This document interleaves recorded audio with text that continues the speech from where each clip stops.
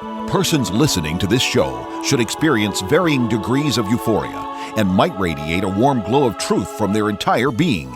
This phenomenon sometimes lasts hours after a typical brain massage. If you are listening with another lights-on listener and they begin to glow, don't be concerned. This is a phenomenon normally associated with Pastor Scheidbach's patented brain massage technique and merely means the truth has set them free. The devil beware. Pastor Scheidbach is on the air. Hello, I'm Dr. Scheidbach, pastor at the Lighthouse Baptist Church in Santa Maria, California, and your brain masseur. Get ready for your brain massage. Pearl Harbor Day, fake news floundering. The rhinos are pushing NIKKI to replace PENCE. Antichrist spirit agitated here. Kamala caves. And the California voter fraud industry thrives. Chic-Fil-A spreads its wings for the LGBTQ community. But the new chick she's calling for scoff her and hit her anyway. Anyway, will Christians walk away from Chick-fil-A? The new attack on Trump? It was all Trump's a racist, remember? Now it's Trump's a liar. Here's a list of 5,700 plus lies that Trump has told since he became president. Well, that's a lot of whoppers. Biden snarls at a voter who's dared to ask him about his son's cushy Ukraine job, and then Biden starts insulting the 83-year-old senior about his weight and challenging him to a contest of push-ups. Now, there you go. That's very dignified. Pelosi says, I don't hate the president. Oh, if there's one thing that's obvious to everybody, Nancy, it's that you and all the rest of that crowd hate the president. She tells Tapper, I don't want to talk about impeachment anymore. What? That's the only thing you've been wanting to talk about. Well, I guess Nancy got kind of pushed into that, didn't she? Tells Tapper she doesn't want any more questions on that subject. My friends, it is time for your brain massage. Truth served here, flavored with delectable wit, succulent sagacity, luscious logic. A gourmet meal for the mind. Pearl Harbor Day. Here's an article. United States sailor kills 2 civilians before fatally shooting himself at Pearl Harbor Naval Shipyard. 2 days before the commemoration of the infamous attack in 1941, Gabriel Romero, 22, was reputed to be a disgruntled soldier facing what is called non-judicial punishment for a minor offense. The only reason to identify his issue in this way would be you don't want to say what it is that he did, I guess. Whatever irritated his superiors. Perhaps it would be embarrassing to somebody or somebody's political correct sensitivities. I mean, if he was busted for, he was out of uniform because his shirt was missing a button, right? I guess you might prefer to say he was facing non-judicial punishment for a minor offense. But anyway, he killed 2 and wounded 1 before offing himself. It's weird that we know more about the more recent shooting and the shooter in Pensacola than we do about the December 5 Pearl Harbor shooting. And I'm just saying that's usually a signal that the political correct police are on watch. By the way, the Pensacola shooter was a Saudi national attending military school in the United States. In other words, it appears to be another jihad-headed crazy Muslim went berserker on the Pensacola Naval Base, home of the Blue Angels, and killed 3, wounded several others, and was shot by Pensacola police. Our hearts and prayers join with the president's and reach out to all the families suffering from this latest attack of evil upon our peace. Rhino movement alert. The rhinos are pushing NIKKI to replace PENCE? Well, don't let the Antichrist control left fool you. I don't see Trump dumping PENCE and taking on NIKKI. But while we are on the subject of NIKKI, Levin has branded her a rhino. Yeah, happy rhino. The only thing I can find that NIKKI has done to tweak conservatives is, first, call for the removal of the Confederate Navy Jack, the Confederate flag, from South Carolina Capitol grounds when she was governor there. I've always appreciated the tolerance Americans have. I mean, generally speaking, we have ignored the fact that while the southern states raised that flag in war on America, lost that war, and yet we tolerate them continuing to fly that flag all these years, all these decades, in a sort of mock defiance or refusal to surrender. Okay, but so what? Let them have their pride, right? So far as it representing slavery, no, I don't think so. The average citizen in the southern states did not cotton to slavery. Okay, pun intended. But the property owners and big slave plantation holders certainly did. So their political puppets, the Democrats, did all they could to support and continue slave trade. But the great Southern patriots, people like Robert E. Lee, they didn't cotton to slavery. That originated in England, by the way, not from the cotton fields there in Georgia. It had to do with working textiles to fit together, so it came to be used as a verb meaning things that fit or agree with one another. Back to Haley. I know she did not support Trump at first, but neither did Levin. And in the interest of full disclosure, I admit neither did I. But we have all been wonderfully converted. And we are now delighted at his extraordinary leadership, especially when the irrational and downright evil opposition he has had to deal with is taken into consideration. His achievements are truly remarkable. But back to Haley. The charge that she is an establishment rhino seems almost as thin as the charge is that Trump colluded with Russia. At first. Some might interpret her softer, milder conservatism to be a threat for us on the battlefield we fight today. But, Trump continues to think highly of her. And here is where this thing comes from. The inside scuttlebutt. Another word that's interesting. It comes from the drinking water that was traditionally kept on the butt of the ship deck, where sailors would gather to exchange gossip while they enjoy a little water refreshment. Anyway, the inside scuttlebutt is that Nikki faithfully represented Trump's administration publicly. But privately, she was more comfortable with the establishment Republicans and was often at odds with Bolton and other hawks on the administration. So maybe Levin is more privy to the inside than I am, you think? Bottom line is, we do know Nikki is popular among the establishment Republicans and the more moderate Dems too, by the way. And some think the rhinos are threatened by Pence, and while they have given up trying to take out Trump, and by the way, Trump now has a 95% approval rating within the Republican Party. Yeah. And they can see that the Dems are floundering, right? The fake news are floundering in their efforts to take him out. They're trying a new angle. They want to set up Nikki Haley to replace Pence as VP, or set her up to run against Pence in the primary after Trump's second term. I've said often that Antichrist spirit is targeting Trump right now and only giving secondary level attacks against Pence, but there is a strong undercurrent of Antichrist rage against Pence being poised to become president of this country, let me tell you. The devil's not going to willingly give up the territory he's worked so hard to attain in this country through milquetoast Christians. In politics and education and sciences, no way. He's going to fight to the end, and so we must remain diligent to the end. Back to the current battle for America, Kamala has folded her campaign tents and returned home. Big gulp regulator and gun hater Trumpophobe Bloomberg has stepped into the ring, and Booker's complaining that now there are more billionaires than blacks running for president. What a weird thing to say. More billionaires than blacks. Yeah, it's so weird to me because I just don't think that way, and I don't believe most Americans do. Being a billionaire does not disqualify someone from holding office, and being black does not automatically qualify someone for holding office. What is with the Democrats' superficial fixation on the veneer? At least with the billionaire thing, you could argue that the guy had to do something right to accumulate that wealth, or wrong. But being black or white or brown or yellow tinted is something no one has control over. It's about the heart and the beliefs of the soul of the person, not how much money he or she has or the color of someone's skin. When will the blacks in America hear what one of their greatest leaders said? A desire that all men who are created equal by their Creator would be judged by the content of their character and not by the color of their skin. Happily, many black Americans are beginning to see through all the lies the Democrats have used to continue slaving them to dependency on them in exchange for their votes. 34% of blacks today support Donald Trump. Wow. For the Dems to be losing this key block of votes or voters has got to be getting under their skin, digging at them under the veneer, eating at their already distorted souls. And that brings me to the close of the first segment. All of this gives rise to voter fraud concerns. California voter fraud industry thrives.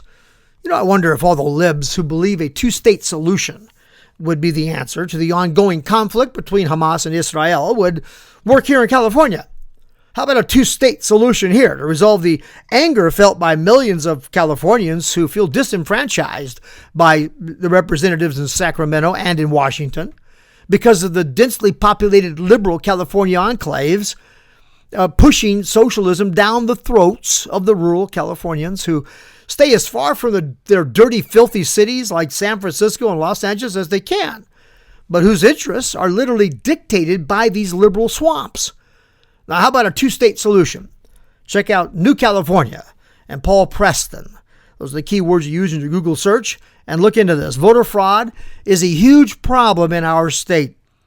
Remember that the 2018 elections, do you remember the 2018 election scandal?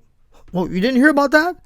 Several elections in California were called for Republicans on election night, but then switched to Democrats the next day. One dramatic example of this was Young Kim, a Korean-American candidate who was leading by 8,000 votes against her Democrat opponent. She had begun her orientation for the new GOP freshman class. But all of a sudden, her lead disappeared and the Democrat won. Indeed, all 6 races in which Republicans were leading on election night fell into the hands of the Democrats the next day. And there's certainly voter fraud involved, but not all voter fraud is done illegally. Yeah. Get this, AB 1921 allows voters to give third-party persons the power to collect and turn in their ballot. So the Democrats would do something called ballot harvesting. They go to houses of possible Democrat voters and ask if they can carry their ballot for them to the poll. In one case that got out there, some harvesters came to a Republican household and asked to speak to their 18-year-old daughter, who was registered as a no-party preference voter. They came by 4 times to get her vote and carry it to the poll. Anyway, you see, this opens the door for these fraudsters to walk in with hundreds of allegedly harvested votes and turn them in with no questions asked, no verifications required. It invites voter coercion, bullying, something called granny farming, where they take advantage of an elderly person and manipulate them into allowing them to complete his or her ballot and take it in. And it even feeds gives an opportunity for automated forgery. I mean, what are the odds that 6 races where Republicans were leading on election night, and then all of them fall into the hands of the Democrats the next day when harvested ballots are counted? You would reasonably assume the harvested ballots would be reflective of the general trend in the voting during the day and not be overwhelmingly skewed in one or another direction, except that it was the Democrats doing the harvesting. So then you understand everything. You know what I mean? Consider that 250,000 harvested ballots were brought in for the Orange County races that allowed Democrats to sweep Orange County, which is a Republican stronghold in this state and has been for a long time. Okay, I'll need to conclude the first segment of your brain massage, but hold on to the break because I will be right back. God's War: Why Christians Should Rule the World. A shocking statement to many, but our founders didn't think so. John Jay believed Christians should prefer believers to rule our nation because Jesus is the King and all mankind are subject to his crown. Our founding fathers understood this and acknowledged Christ as King. Satan once boasted all the kingdoms of the world were his, but no longer, because when Jesus died on the cross, he broke the power of Satan over this world and cast the prince of this world out. When Jesus rose from the grave, he declared, "All power is given unto me in heaven and in earth." Jesus sent his Spirit into the world, and where the Spirit of the Lord is, there is liberty. But where the spirit of Antichrist is, there is tyranny. The Spirit of Jesus Christ is greater than the spirit of Antichrist. Now you can learn how to unleash the power of Christ into the world to defeat the spirit of Antichrist. Learn how you can defend liberty through the authority of Jesus Christ. Free the world from the spirit of tyranny. Get God's War: Why Christians Should Rule the World today. Go to www.books@dbp.com. The devil beware. Pastor Scheidbach is on the air. Hello, welcome back. I'm Dr. Scheidbach, pastor of the Lighthouse Baptist Church, your brain masseur, and Paul Revere's lantern lighter, lighting the lamps in the church belfry arch, signaling the enemy is on the march, and the enemy that would steal from us our liberties. Tell me it isn't so. Chick-Fil-A spreads its wings for the LGBTQ. Now, Chick-fil-A was started by a dedicated Christian man who wanted to glorify God with his business, says so in his mission statement. The LGBTQ activists targeted Chick-fil-A because the family was known for their Christian position on the issue, and they complained against them for their contributions to organizations they considered to be anti-gay. Organizations like Salvation Army, for example. Get real.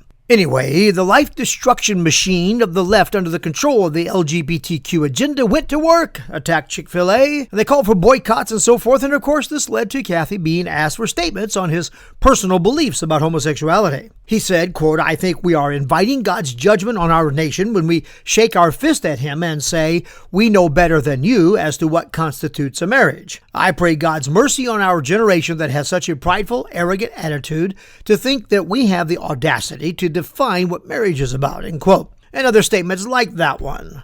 And this generated, as you might expect, a literal firestorm of response from the liberals attacking that family viciously. And then the city started denying building permits, and some cities and towns were inviting them to leave, and all this was going on. But the Christian base rose up and stood up for them in defense of this family's right to their own opinion. And this is part of the controversy that many don't understand. Kathy had no intention of branding his company in this fight. The LGBTQ people did that.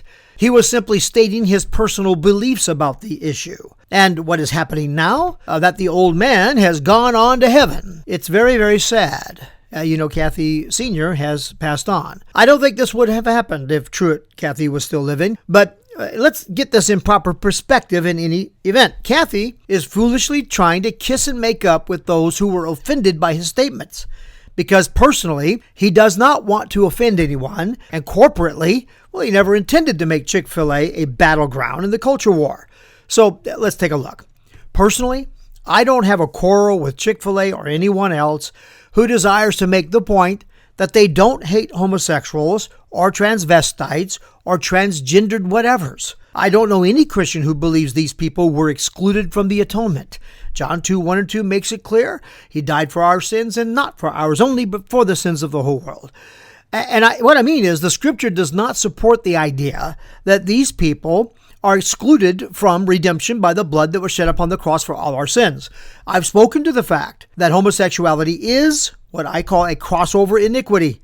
What I mean is when someone deviates from God's design physically and morally to the extent that they engage in what the Bible describes as unnatural behavior, a behavior he has called abominable, among other things, by the way, that he's called abominable. But any who will confess they are sinners, who will turn from darkness to light and from the power of Satan to God, who will call on the name of the Lord, confessing with their mouth that Jesus is the Lord, and believing in their heart that God raised him from the dead, they will be saved. And last time I checked, folks, the Bible still says, "For whosoever shall call upon the name of the Lord shall be saved." No exclusions. And furthermore, I think we need to remember that Christians did not rally to Chick-fil-A because the company made negative statements against homosexuals. That wasn't what attracted us to step in, or even that owners of the company stood up for what we believe. We'd be glad to hear it, but it wouldn't have created the massive movement that took place. All that happened was one of the owners expressed his opinion in a non-combative manner, by the way, that he believed in the biblical model for marriage. One man for one woman. I don't know if he added for life, and the LGBTQ community went out of their ever-loving minds. And then the heat began to really get turned up. Christians responded to the unfairness of this behavior. I believe Huckabee called for a Chick-fil-A Appreciation Day, and we responded to this outrageous attack on a Christian's right to believe in traditional marriage without being taken to the public square and flogged by the fascist bullies. So we lined up at Chick-fil-A to make a statement of support for freedom of speech, not hatred for LGBTQ people, for traditional marriage, not hatred for homosexuals. In other words, if Chick-fil-A had made a public statement connecting their brand, Chick-fil-A making advertisements that connected their brand with statements denigrating homosexuals as hate-filled bigots who want to push their perverse agenda on others, well, I would have come to you, my beloved radio audience and podcast audience, and I would have approved of the statement because it's true. That is, the activists among them. But I would very likely have also questioned whether the owners of the company spoke for everyone that worked for them. I would have said what I always say about this sort of thing. Hey, Chick-fil-A, sell your chicken sandwiches. Chick-fil-A was not incorporated as a nonprofit political organization with a mission statement that declares its intention to change the world through political activism. But essentially, the company was started to sell chicken sandwiches. And they cleverly, by the way, promoted their brand by capitalizing on our natural sympathy for the cows who, in their advertisements, begged us to eat more chicken. Chick-fil-A never intended to attach their brand with political issues or the cultural debate over homosexual marriage, but with the left, you have an opinion contrary to theirs, they're going to brand you. They will attack you in every level that they can, even your 13-year-old son. Right. Just ask that Stanford professor who attacked Trump's son. You see, it was the LGBTQ community who branded the company. Well, they enjoyed a huge bump in sales over this because Christians all over the country said, hey, that's not fair. That's not right. Let's go eat some chicken. How about Chick-fil-A? The owners of Chick-fil-A are Southern Baptists. The church they attend is First Baptist of Jonesboro in Georgia. And it's what we would call a New Cart church. And if you don't know what that means, you've not read my book, The New Cart Church. So call in. And if you call in and let me know you want it, we'll have a copy brought to you. All right? The ministry philosophy of First Baptist at Jonesboro appears to me to lack a clear idea of what it means to be salt and light in a decaying and darkening America. You know the type. They don't want controversy. They want everyone to be comfortable with them and to like them. And so they trim their ways to get that love.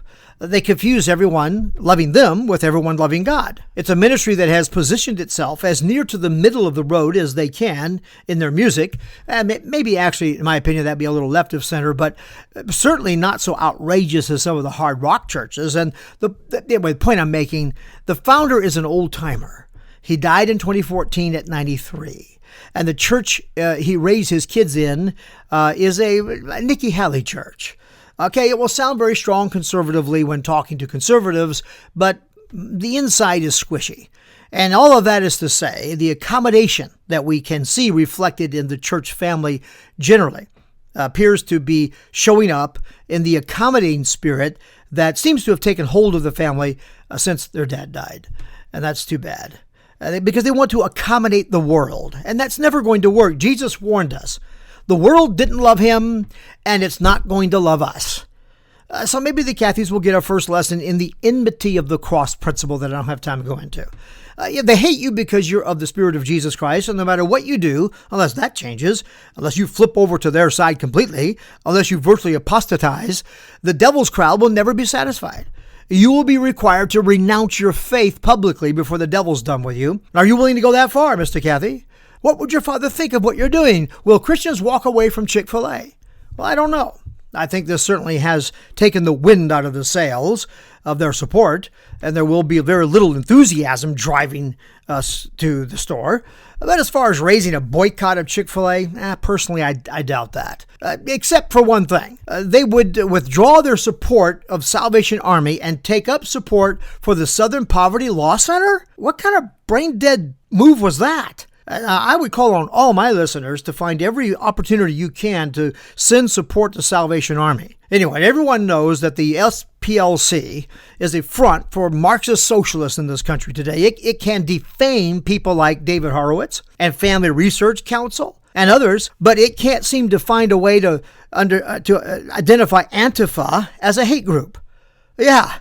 Chick-fil-A withdrew support from Salvation Army and is now supporting the Southern Poverty Law Center, an arm of the hate Trump movement, by the way. For example, during testimony, the CEO of the Law Center testified that Trump's campaign, quote, energized the white supremacist movement, end quote. Oh, really? That the number of registered users on the white supremacist website doubled from 140,000 in 2008, you heard 2008, I hope, to 330,000 in 2017.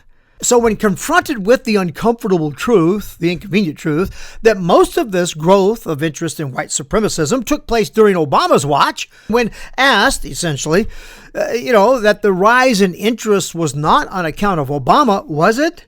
And so, therefore, is it fair to say the increase in interest was caused by Trump? Mr. Cohen replies this way, well, depending on the individual. You see? SPLC donates almost exclusively to Democrats, partners with liberal advocacy groups like Media Matters, and on and on. And this group has positioned itself as the sole arbiter of what is and what is not hate groups in America today. So, Southern Poverty Law Center can brand the Family Research Council as a hate organization, and then rationalize away any responsibility to brand Antifa as a hate organization, and here's how. On the ground that Antifa is, keyword, inclusive, and FRC is exclusionary.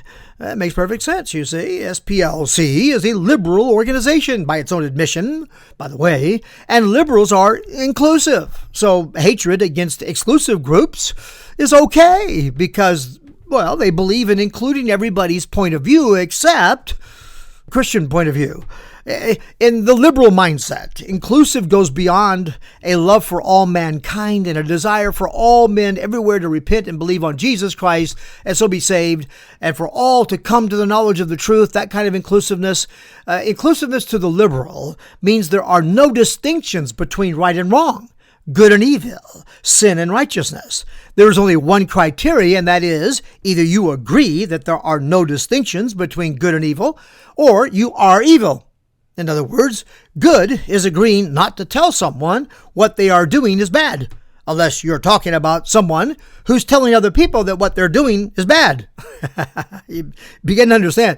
You're saying it's an act of hatred to disagree with someone's personal point of view. So, since you would disagree with my point of view, well then, the Southern Poverty Law Center, you must be a hate group by your own definition. And ironically, that is what they are. They are the very definition of a hate group. They have invented their own criteria for deciding what defines a hate group and apply it to people they choose to apply it to who have never committed an act of violence against anyone, and turn around and refuse to apply it to a group that routinely commits acts of violence against innocent victims because, here's why, because they do it in the name of inclusivity. Like the people who are threatening Turley. One of their own, by the way, a Democrat, voted for Hillary, a Trump detractor really, but a liberal who has so far escaped Trump derangement syndrome. And he's able to think with at least sufficient clarity so as to see the utter paucity of evidence the Dems have to impeach Trump. And he said so out loud in front of God and everybody, and that was his offense, and that the Dems were obviously doing this out of anger because there is no legitimate evidence supporting their allegations. Well, the tolerant and inclusive left have reacted to Turley with death threats. I noticed, by the way, that Schiff did not interrupt the proceedings to inform everyone about the death threats coming in against Turley while he was giving his testimony. So I'm just saying. Another example of the inclusiveness of the left. Liberals, they are so inclusive. The message of the SPLC is that you can commit acts of violence against people that disagree with the political correct ideology of the left. And while they will show concern about this and say, no, now, don't do that, they do understand this sort of violence. Well, it's not an act of ideological hatred because, well, it's done on behalf of an ideology of inclusivity, which, as we have shown, is not inclusivity. And if you bring up the Catholic persecution against detractors in the old days, well, that was the Catholic Church. You didn't listen carefully. I said Christians don't behave that way. Never have. Catholics certainly have done so in the past and will do so in the future, by the way. But back to the Southern Poverty Law Center. We should not be surprised that they would be so obviously self-contradictory. These are the same people who say boys can be girls if they feel like that's what they are. So anyway, I'm not a fan of Chic-Fil-A, and it won't be hard for me to avoid dining there in the future anyway. The new attack on Trump. It was all Trump's a racist, right? And now it's Trump's a liar. Here's a list of 5,700 plus lies that Trump has told since he became president. Wow, that's a lot of whoppers. But here's a collection from Washington Post, and we are aware of their diligence in verifying a story and getting their facts straight. Remember January 1, 2017, the scare perpetrated by WAPO, Washington Post, over allegations that Russia had hacked deep into the U.S. power grid?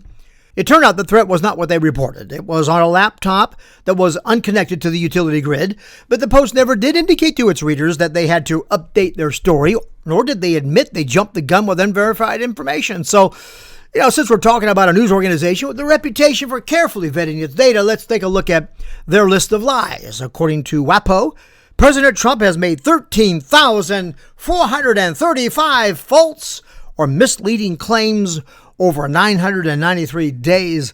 Wow. To analyze this will take some time, and I'm very close to the end of my broadcast time for this show. So let me offer a summary. Now then, as I did with the claim that Trump's a racist, I'll go through all this and nail it down for you. And what you'll see is that about 75% of the claims are based on debates about the facts. 10% are errors in the category of inadvertent misstatements of facts. Not like when Biden told his big fat fib about his involvement in an awards ceremony where he got everything wrong. And really, not even like when Obama mistakenly said he visited all 57 states, or consistently misquoted the Declaration of Independence, or when he said our national motto was e pluribus unum instead of in God we trust. liberals really hate the 50s, but we'll get deeper into that later. So about 85% are not legitimately categorized as lies. I mean, lies, such as when Adam Shifty fabricated a version of what the president said on his phone call, obviously intending to cast the call in a particularly unflattering light, who, when he was called on this, dismissed it as parody. You see?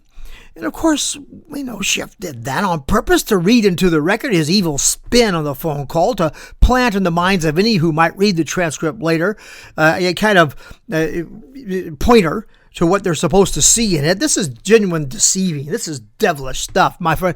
Anyway, the rest of the occasions identified by WAPO and Daily Beast as lies are nothing more than opinions that liberals disagree with, and so they argue that they are lies. But may the weight of their lies finally cave in upon their heads.